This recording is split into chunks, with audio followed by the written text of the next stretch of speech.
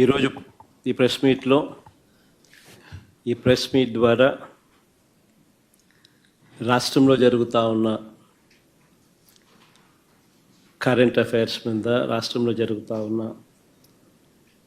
ఇప్పటి పరిస్థితుల మధ్య జరుగుతూ ఉన్న వివిధ అంశాల మీద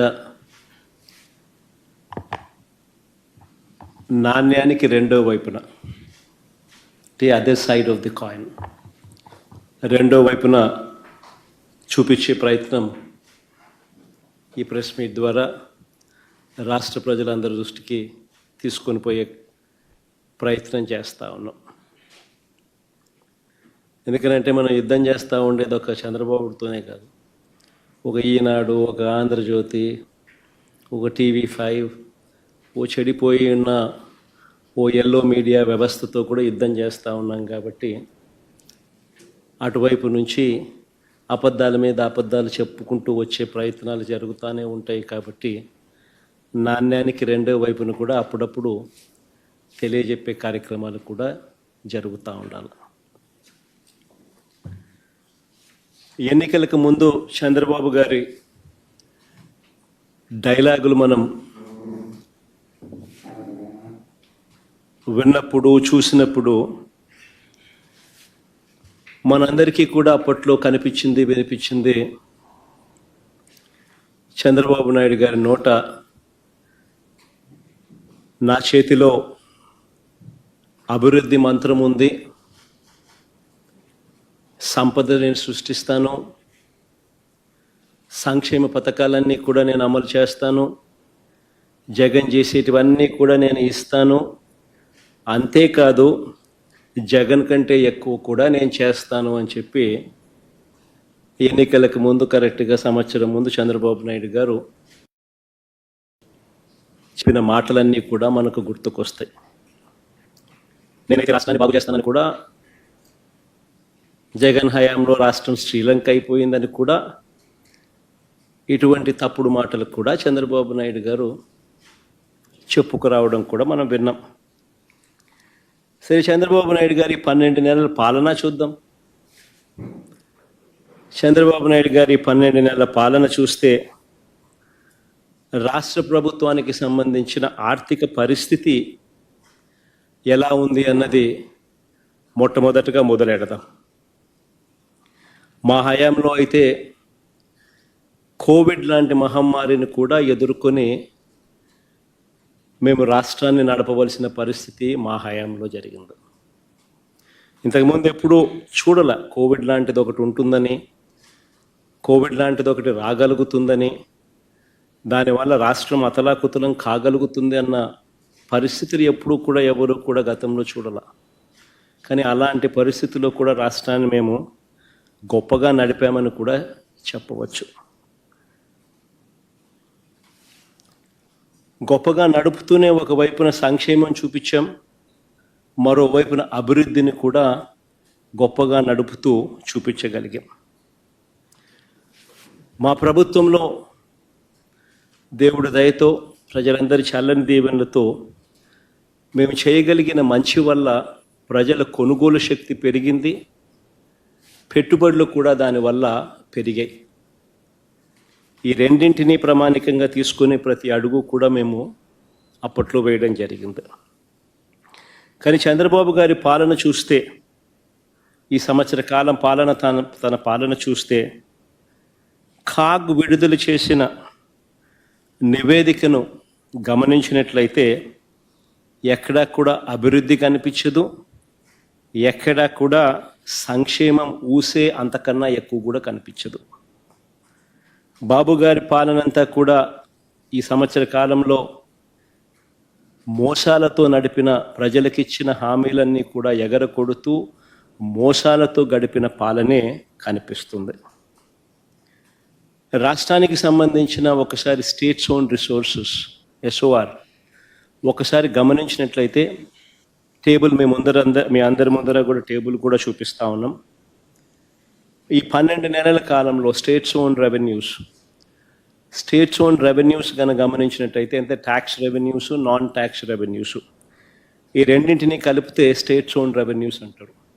ఈ రెండింటినీ కూడా ఈ స్టేట్స్ ఓన్ రెవెన్యూస్ని ఒకసారి గమనించినట్టయితే రాష్ట్ర ప్రభుత్వానికి సంబంధించి పనితీరు ఎలా ఉంది అని అంటే కేవలం 3%, 3.08% మాత్రమే గ్రోత్ రేట్ కనిపిస్తూ ఉంది. ఇది ఎందుకు అంత ఇంపార్టెంట్ ఆస్పెక్టు అని అంటే ప్రజల కొనుగోలు శక్తి దీంతో పాటు పెట్టుబడులు తగ్గాయనడానికి ఈ డేటా ఒక ఇంపార్టెంట్ నంబర్ కింద ఈ డేటా కనిపిస్తుంది.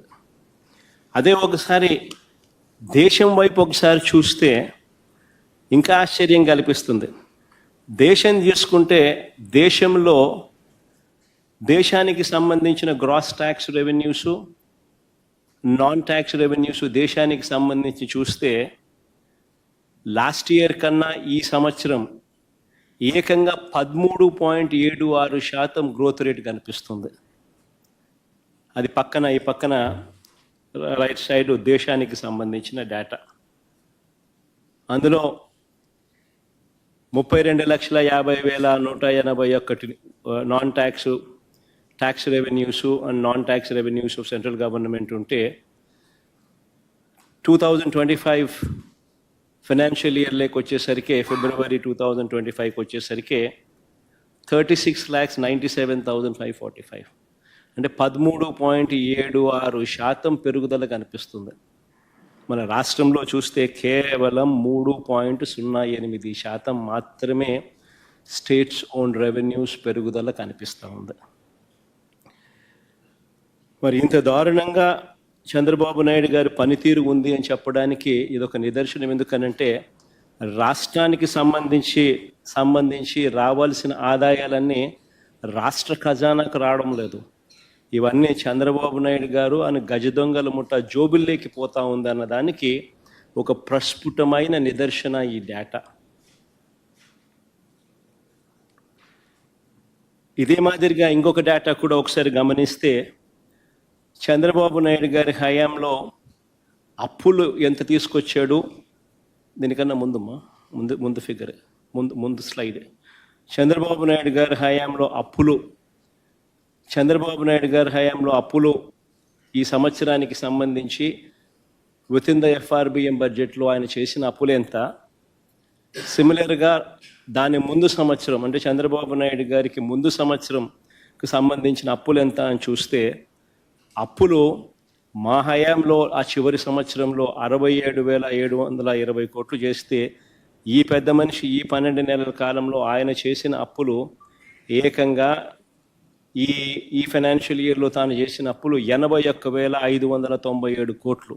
అంటే 30% అధికంగా ఈ పెద్ద మనిషి చంద్రబాబు నాయుడు గారు అప్పులు రాష్ట్ర ప్రభుత్వం మీద మేము చేసిన అప్పుల కన్నా అదనంగా బారో చేశాడు క్లియర్ కట్గా అని చెప్పి కనిపిస్తూ ఉంది. ఇదంతా నేను బడ్జెట్ బారోయింగ్స్ చెప్తా ఉన్నా, తర్వాత next slide of budget borrowings కూడా చెప్తా. ప్రస్తుతానికి ఈ బడ్జెట్ బారోయింగ్స్ గురించి నేను మాట్లాడుతూ ఉన్నా. బడ్జెట్ బారోయింగ్స్లోనే ఏకంగా 30%, 30.10% అదనంగా బారో చేసినట్టుగా కూడా కనిపిస్తూ ఉంది.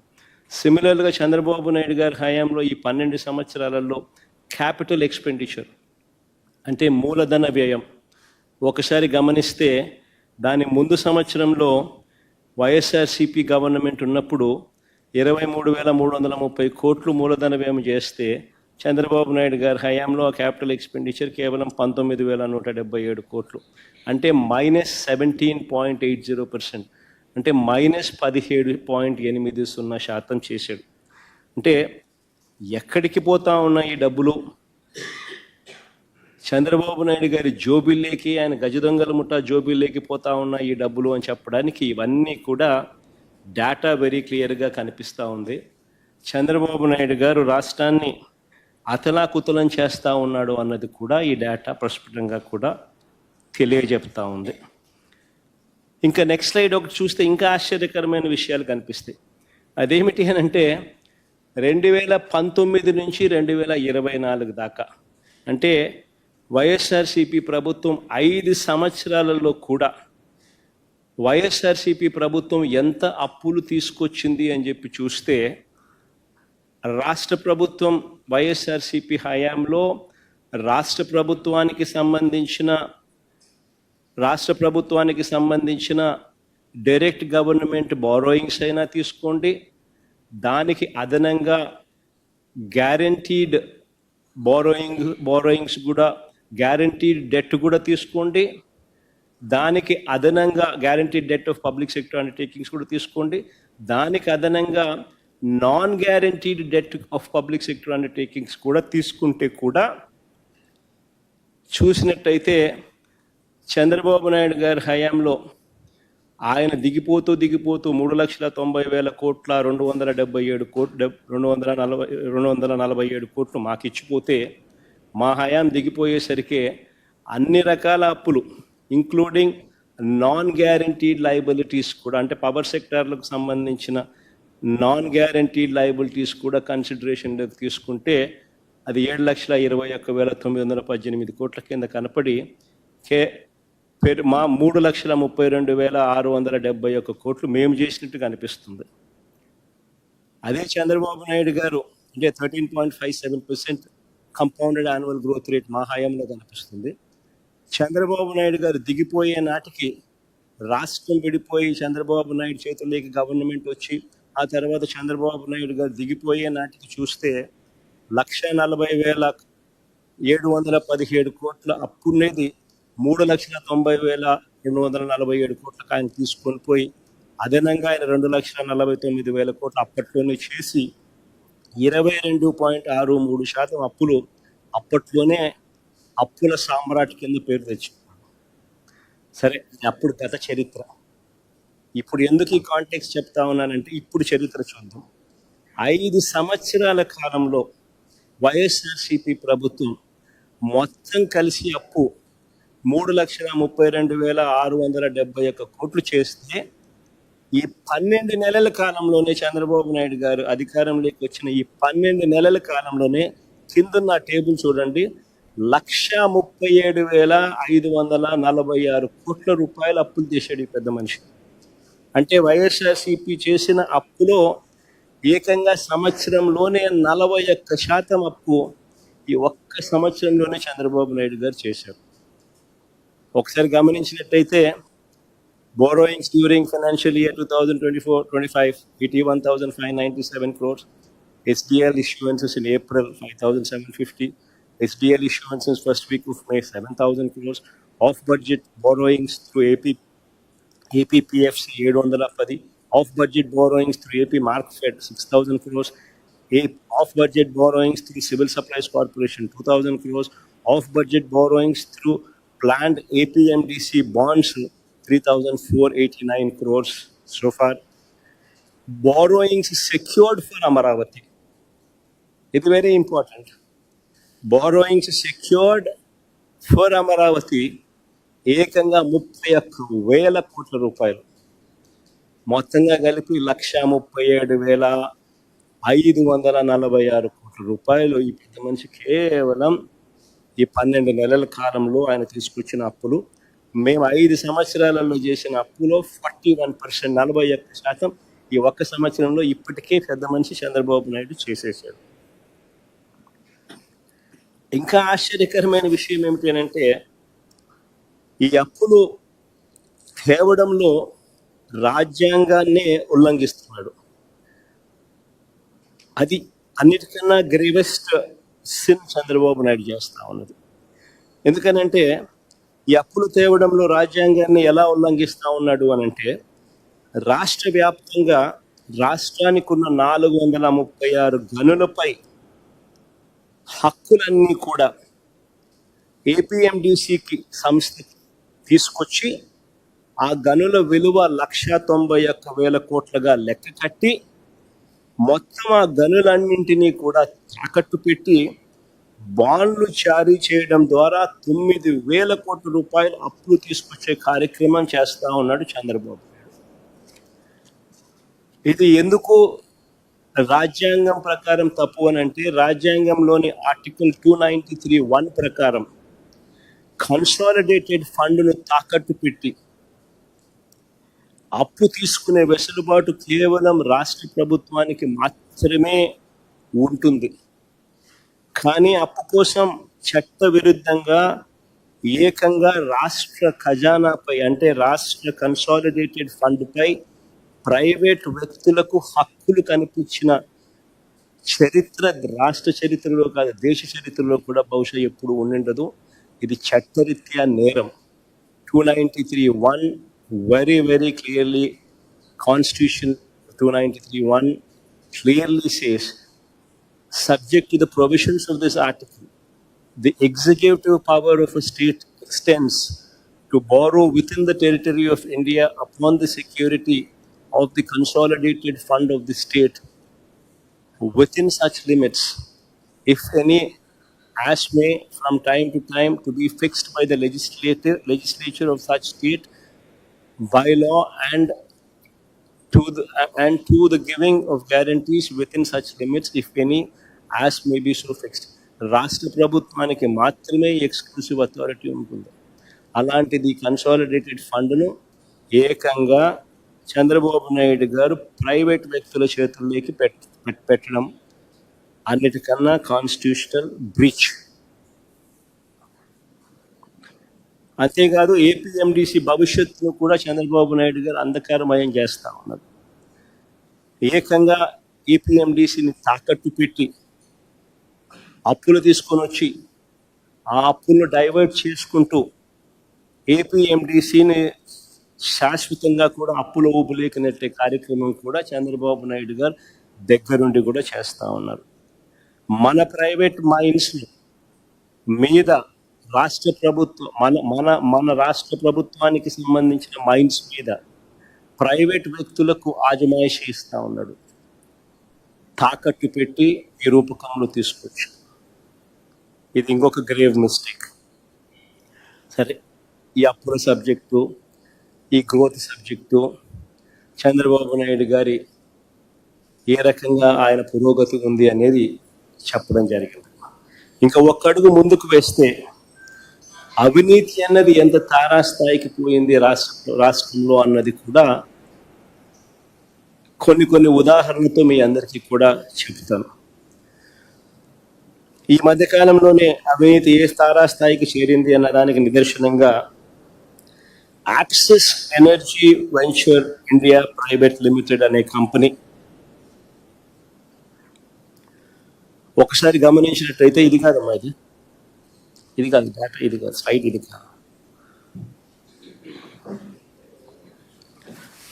Axis energy venture India private limited కంపెనీతో విద్యుత్ కొనుగోలు ఒప్పందం ఈ మధ్యకాలంలోనే చంద్రబాబు నాయుడు గారు చేసినారు. ఆ ఒప్పందం వల్ల రాష్ట్ర ప్రభుత్వం ఖజానాకు ఏకంగా 11,000 కోట్ల రూపాయలు స్కామ్. ఇది I repeat this number once again, ఏకంగా 11,000 కోట్ల రూపాయల స్కామ్ ఇది. యాక్సిస్ సంస్థ నుంచి 400 మెగావాట్ల పవర్ వారి పిఎల్ఎఫ్ ప్రకారం ఏడాదికి 210 కోట్ల యూనిట్కు ₹4.60 చొప్పున కొనుగోలు చేస్తూ ఉన్నారు. అంటే దాని అర్థం ఇది కాదులేమా, ఆ స్లైడ్ వేరే స్లైడ్, ఆ స్లైడ్తో కన్ఫ్యూజ్ కావకండి, ఆ స్లైడ్ వేరే స్లైడ్. యాక్సిస్ సంస్థకు సంబంధించి 400 మెగావాట్లకు వారి పిఎల్ఎఫ్ ప్రకారం 210 కోట్ల యూనిట్లు వాళ్ళు సప్లై చేస్తారు. ఆ సప్లై చేసే ప్రతి యూనిట్ ₹4.60 చంద్రబాబు నాయుడు గారు కొనుగోలు చేసే దానికోసం ఒప్పందం కుదుర్చుకున్నారు. అంటే 210 కోట్ల యూనిట్ ఇంటూ ₹4.60 అంటే ఏడాదికి 967 కోట్ల రూపాయలు దీనిపై రాష్ట్ర ప్రభుత్వం ఖర్చు చేస్తుంది. ఇక దీని కంపారిజన్ ఒకసారి చేద్దాం. దీని కంపారిజన్ మా హయాంలో మేము సెకీతో కుదుర్చుకున్న ఒప్పందం ₹2.49.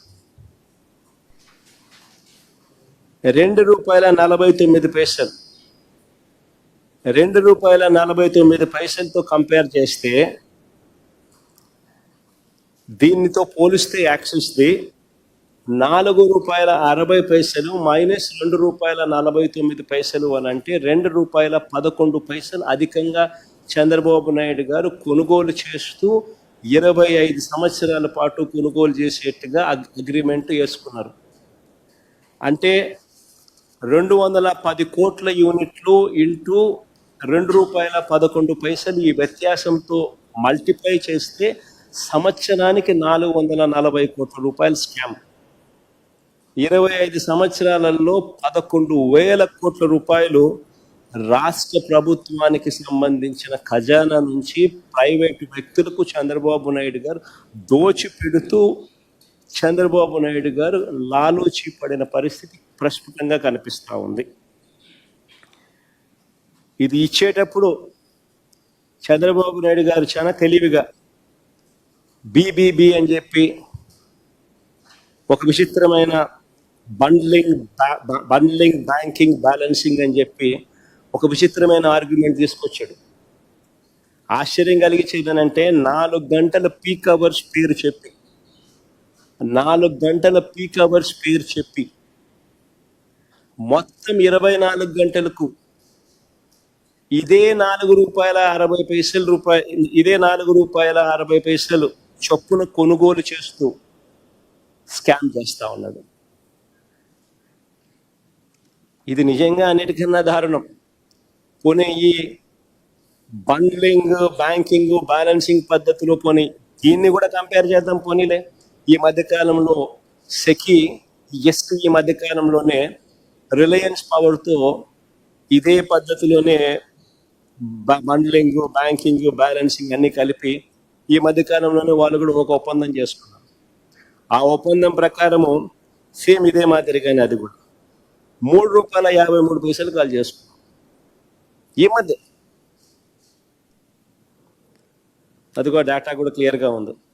దానికి సంబంధించిన డేటా ఒకసారి చూడండి. ఒకసారి ఎవరెవరితో వాళ్ళు అగ్రిమెంట్ చేసుకున్నారు ఈ మధ్య కాలంలోనంటే ఎన్టీపీసీతోనూ,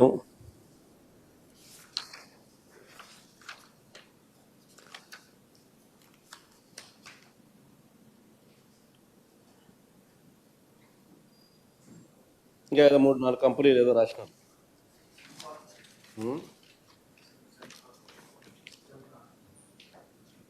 ఇంకేమో పిల్లలు ఎవరైనా చదవంటారు అక్షరాలు మరీ చిన్నగా ఉన్నాయి. 4 కంపెనీలతో, అందులో రిలయన్స్ కూడా ఒకటి ₹3.53. ఎన్టీపీసీ ఒక పేరు బాగా కనపడుతుంది, ₹3.52. ఇంకోటి ఏదో అక్షరాలు మరీ చిన్నగా ఉండే 4 కంపెనీలు మొత్తానికి. ఇవన్నీ ఈ మధ్యకాలంలోనే సెక్కి చేసుకున్న ఒప్పందాలు. ఆ ₹3.52-53తో లెక్కేసుకున్నా కూడా ఈ ₹4.60 కంపేర్ చేసుకున్నా కూడా ₹10 స్కామ్ అని అక్కడ కూడా కనపడుతుంది. సో ఆ రకంగా చూసుకున్నా కూడా 11,000 కోట్లు కాకపోయినా కనీసం 6,000 కోట్లు ప్రస్ఫుటంగా స్కామ్ అని అందరికీ అర్థమయ్యే విధంగా ఈ మధ్యలో జరిగిన పరిణామాలు చూస్తే ఎవరికైనా కూడా ఇట్టి అర్థమవుతుంది. సో స్కాముల పరంగా ఈ పెద్ద మనిషి ఏ స్థాయిలోకి పోతా ఉన్నాడు అనేది గమనించినట్టయితే ఇవన్నీ కనిపిస్తాయి. మరోవైపున ఇంకా ఆశ్చర్యకరమైన విషయం తెలుసా, మనం చేసుకున్న ₹2.49 వల్ల రాష్ట్ర ప్రభుత్వానికి ఎంత మేలు జరిగింది అని కూడా ఇప్పుడు చూడాల్సిన అవసరం ఉంది. ₹4.60 ఈయన కొనుగోలు చేసి 11,000 కోట్ల రూపాయలు రాష్ట్ర ప్రభుత్వానికి అదనంగా ₹2.49కు ₹4.60 మధ్య ₹2.11 వ్యత్యాసం వల్ల 11,000 కోట్ల రూపాయలు 25 ఏళ్లలో చంద్రబాబు నాయుడు గారు రాష్ట్ర ప్రభుత్వం మీద స్కాములు చేస్తూ బర్డన్ మోపితే, స్కాములు చేస్తూ భారం మోపితే మేము ₹2.49కి సెకీతో మేము చేసుకున్న ఒప్పందం వల్ల రాష్ట్ర ప్రభుత్వానికి 7,000 మెగావాట్లు అంటే 17,000 మిలియన్ యూనిట్లు ఇంటూ చంద్రబాబు నాయుడు గారు చెల్లిస్తా ఉన్న ₹4.60 మైనస్ ₹2.49 అంటే ఆ ₹2.11 సేవింగ్స్ కింద తీసుకుంటే 17,000 మిలియన్ యూనిట్లు అంటే 1,700 కోట్ల యూనిట్లు ఇంటూ ₹2.11 అంటే సంవత్సరానికి 3,587 కోట్లు, 25 సంవత్సరాలలో 89,675 కోట్ల రూపాయలు రాష్ట్ర ప్రభుత్వానికి మేము ఆదా చేస్తాం. వర్సెస్ చంద్రబాబు నాయుడు ఆయన చేసిన పీపీఏ వల్ల 11,000 కోట్ల రూపాయలు అదనంగా ఆయన ఖర్చు చేయబోతా ఉన్నాడు. అయినా రాష్ట్ర ప్రభుత్వానికి ఇంత మంచి చేస్తూ ఒక చారిత్రాత్మక నిర్ణయం మనం తీసుకుంటే అయినా వక్ర భాష్యాలు ఎలా ఉంటాయి అనేది ఈ మధ్యకాలంలోనే ఆశ్చర్యం కలిగించే విషయాలు చూస్తాం. ఈనాడులో ఒక కథ చూసినాం. ఈ మధ్యకాలంలో చూసినాం. ఈనాడు కథ ఇది ఒకసారి చూడండి. సెకీ ఒప్పందానికి సన్మానం జరిగింది అని చెప్పి నా ఫోటో పెట్టాడు. సీఎండీని తొలగిస్తూ కేంద్రం ఆకస్మిక నిర్ణయం. జగన్ ప్రభుత్వంతో ఒప్పందంపై వచ్చిన ఆరోపణలే పరోక్ష కారణం అని చెప్పి ఈనాడు రాస్తుంది. నిజంగా ఈ వార్త చూసిన తర్వాత ఈనాడు అనే పేపరు నిజంగా టాయిలెట్ పేపర్కి ఎక్కువ, టిష్యూ పేపర్కి తక్కువ. అదొక పేపర్ పట్టిన పీడన. అబద్ధాలు రాయడానికి అయినా కానీ హద్దు పొద్దు ఉండాలి. కారణం ఏమిటి అని అంటే ఏపీతో సెకీ ఒప్పందం ఎప్పుడు చేసుకుంది? ఏపీతో సెకీ ఒప్పందం ఒకసారి చూపించిన ఒకసారి. ఏపీతో సెకీ చేసుకున్న ఒప్పందం ఆ డేట్ ఒకసారి చూడండి.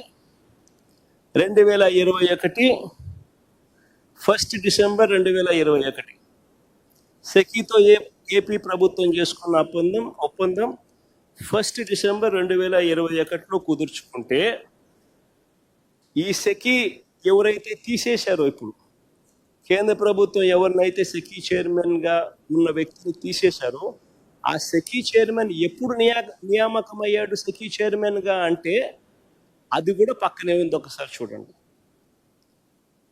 13th June 2023. అసలు 13th జూన్ 2023లో ఈయన సెకీ చైర్మన్గా ఈయన నియామకం అయితే ఈ రామేశ్వర్ ప్రసాద్ గుప్తా అనే వ్యక్తి సెకీతో మేము ఒప్పందం చేసుకున్నది, రాష్ట్ర ప్రభుత్వం ఒప్పందం చేసుకున్నది 1 డిసెంబర్ 2021. అప్పుడు ఎవడో చైర్మన్, అప్పుడు ఈ మనిషి ఎక్కడున్నాడో కూడా తెలియదు, అసలు డిపార్ట్మెంట్లో కూడా లేడు. ఈ మనిషే లేడు. ఈ మనిషి ఎప్పుడో 13 జూన్ 2023లో వచ్చినాడు. వచ్చిన ఈ వ్యక్తిని కేంద్ర ప్రభుత్వం ఈ మధ్యకాలంలో తీసేసాము. దానికి దీనికి సంబంధం ఏంటి అంటే ఏదో సామెత ఉంది చూడు, దూడ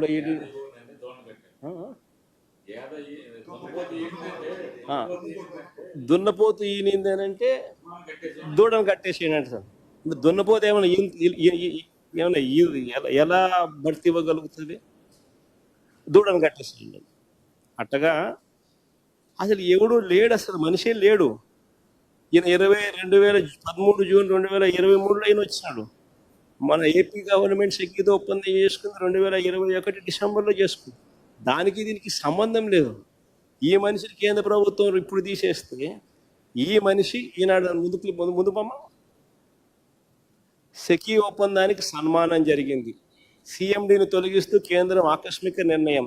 జగన్ ప్రభుత్వంతో ఒప్పందంపై వచ్చిన ఆరోపణలే పరోక్ష కారణం. అసలు వీళ్ళు మనుషులేనా? వీళ్ళు ఏమన్నా మాఫియా రాజ్యం ఇది.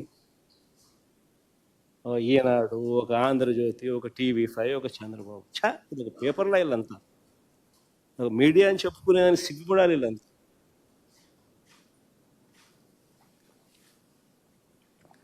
సరే, ఇంకో ముందుకు పోదాం. రాష్ట్ర ప్రభుత్వానికి సంబంధించిన పరిస్థితులు ఒకసారి చూస్తే రాష్ట్రంలో స్కాములు ఏ స్థాయిలో జరుగుతూ ఉన్నాయో కనిపిస్తూ ఉన్నాయి. కానీ ఎవడు రాయడు. ఈనాడులో కనపడదు, ఆంధ్రజ్యోతిలో కనపడవు ఈ స్కాములు. TV5లలో అంతకన్నా చూపించారు. ఇంకా స్కాములు ముందుకు పోదాం. ఇంకా స్కాములు ముందుకు పోతే ఉర్సా అంట, ఊరు పేరు లేని ఉర్సా. ఎప్పుడన్నా పేరు విన్నారా? ఉర్సా అనే సంస్థ అంట. ఊరు పేరు లేని సంస్థకు విశాఖపట్నంలో రూపాయికి ఇడ్లీ వస్తుందో లేదో తెలియదు, కానీ రూపాయికి ఉరుసాకు 3,000 కోట్ల రూపాయలు భూములు ఇస్తున్నారు. దాని క్యాబినెట్ క్లియర్ చేసింది. ఈ మనిషి నారా లోకేష్ స్నేహితుడు.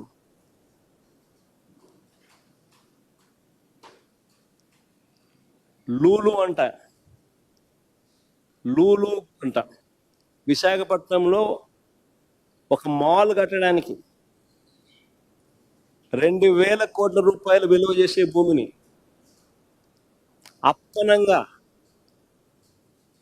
ఉచితంగా చేతిలో పెడతా ఉన్నారు. ఎక్స్ప్రెషన్ ఆఫ్ ఇంట్రెస్ట్ పిలవరు, కాంపిటీషన్ బిడ్స్ తీసుకోరు, అప్పనంగా ఇచ్చేస్తా ఉన్నారు. కానీ ఈనాడు రాయదు, ఆంధ్రజ్యోతి చూపదు, TV5 అంతకన్నా చూపు. రాష్ట్రంలో ఈరోజు లిక్కర్ మాఫియా, ఇసుక మాఫియా. ఆ ఇసుక ఫోటో ఏది చూపిందో సరే.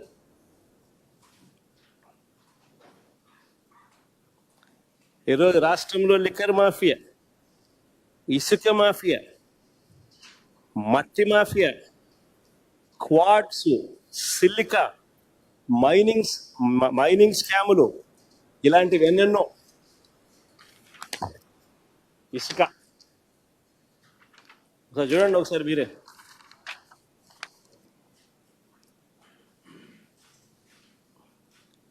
అవన్నీ పక్కన లారీలు ఎట్ట దోచేస్తానో చూడండి ఒకసారి. రాష్ట్ర ప్రభుత్వానికి రూపాయి ఆదాయం రావడంలో, మా ప్రభుత్వంలో రాష్ట్ర ప్రభుత్వానికి 750 కోట్లు ఖజానాకు ఆదాయం వచ్చి, రూపాయి రావడంలో రాష్ట్ర ప్రభుత్వానికి ఆదాయం ఈ మాదిరిగా దోచేస్తాను. 80 లక్షల టన్నులు స్టాక్ పెట్టాం మేము. ఎండాకాలంలో, వర్షాకాలం వస్తుంది కదా అని ఎండాకాలంలో స్టాక్ చేసి నిల్వ చేసినాం. చంద్రబాబు నాయుడు ప్రభుత్వం వస్తేనే 2 నెలల్లో 80 లక్షల టన్నులు స్వీప్ చేసేసిన.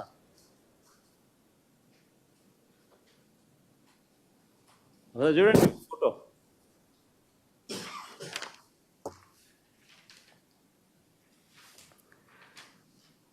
ఈ స్కాములన్నింటికీ పరాకాష్ట. ఏమిటనంటే అమరావతి పేరు మీద చేస్తా ఉన్న మరో దోపిడీ. నిజంగా స్కాములందరికీ పరాకాష్ట అమరావతిలో నేడు జరుగుతూ ఉన్న దోపిడీ. అమరావతి టెండర్లు చూస్తే, ఇదే అమరావతిలో 2018లో కూడా టెండర్లు పిలిచినారు. ఇదే అమరావతిలో కూడా 2018లో టెండర్లు పిలిచినారు. ఆ టెండర్లో ఖరారైన టెండర్ల విలువ 41,170 కోట్లు. ఇందులో 5,587 కోట్లు చంద్రబాబు నాయుడు గారు గతంలోనే పూర్తి చేసిన పనులు. ఇది ఇక మిగిలిపోయిన పనులు ఎంత అంటే 35,583 కోట్లు. ఈ టెండర్లను రద్దు చేసి ఆ మిగిలిపోయిన వర్కులను, అంచనాలను విపరీతంగా పెంచేసి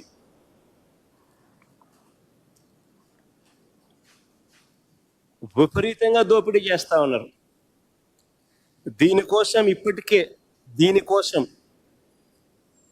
ఈ దోపిడీ కోసం మన హయాంలో రాష్ట్రంలో అప్పటికే అమల్లో ఉన్న జ్యుడిషియల్ ప్రివ్యూని తీసేసినారు, రద్దు చేసినారు.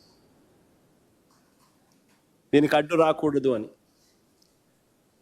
రాష్ట్రంలో అప్పటికే అమల్లో ఉన్న రివర్స్ టెండరింగ్ ప్రాసెస్, అంటే రివర్స్ ఆక్షన్ను రద్దు చేసేసినారు.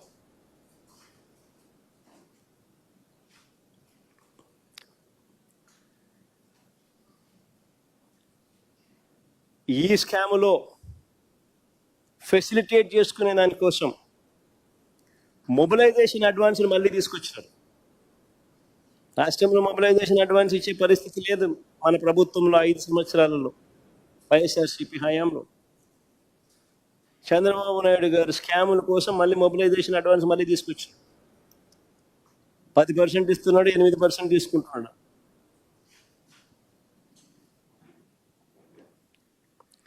ఐకానిక్ టవర్ల పేరిట 5 బిల్డింగులు, ఐకానిక్ టవర్ల పేరిట 5 బిల్డింగులు 2271 కోట్ల రూపాయలు.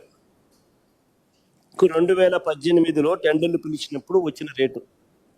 2018లో ఐదు ఐకానిక్ టవర్ల పేరిట 2018లో ఈయన టెండర్లు పిలిచినప్పుడు వచ్చిన రేటు 2271 కోట్ల రూపాయలు 2018లో. ఇప్పుడు మిగిలిపోయిన పనులు అయ్యే బిల్డింగ్లే, మిగిలిపోయిన పనులకు ఇప్పుడు నిర్మాణ వ్యయం ఎంత తెలుసా? 4668 కోట్లు. అంటే 2018తో పోలిస్తే 2417 కోట్ల రూపాయలు అధికంగా, 105% ఎస్కలేషన్, 105% ఎస్కలేషన్.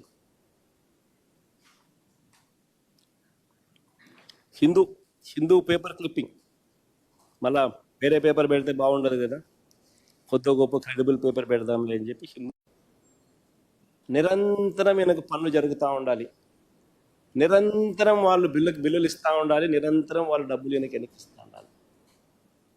ఇది నిరంతరం జరుగుతూ ఉండాలి. హైదరాబాద్లో ఈ మధ్యకాలంలో కేసీఆర్ కట్టాడు 8,58,000 ఎస్ఎఫ్టీలు. కేసీఆర్ కట్టిన సచివాలయం సెక్రటేరియట్, అక్కడ కూడా అన్ని హెచ్ఓడీస్ అక్కడ షిఫ్ట్ అయినాయి, అన్ని హెచ్ఓడీస్ అక్కడ కూడా షిఫ్ట్ అయినాయి. 8,58,000 ఎస్ఎఫ్టీ, 616 కోట్ల రూపాయలతో కేసీఆర్ ఈ మధ్యకాలంలోనే అడగట్టాడు. సెక్రటేరియట్తో పాటు మొత్తం హెచ్ఓడీస్ అన్నీ కూడా అక్కడ షిఫ్ట్ అయినాయి. మరి నేను అడుగుతా ఉన్నా, 8,58,000 అంటే సరేలే పోనీలే, 6 లక్షలు కాకపోతే 8,58,000 పెడతా ఉన్నాడు, సరేలే పోనీలే అనుకోవచ్చు. కానీ 53,57,000 ఎస్ఎఫ్టీ ఏంది స్వామి?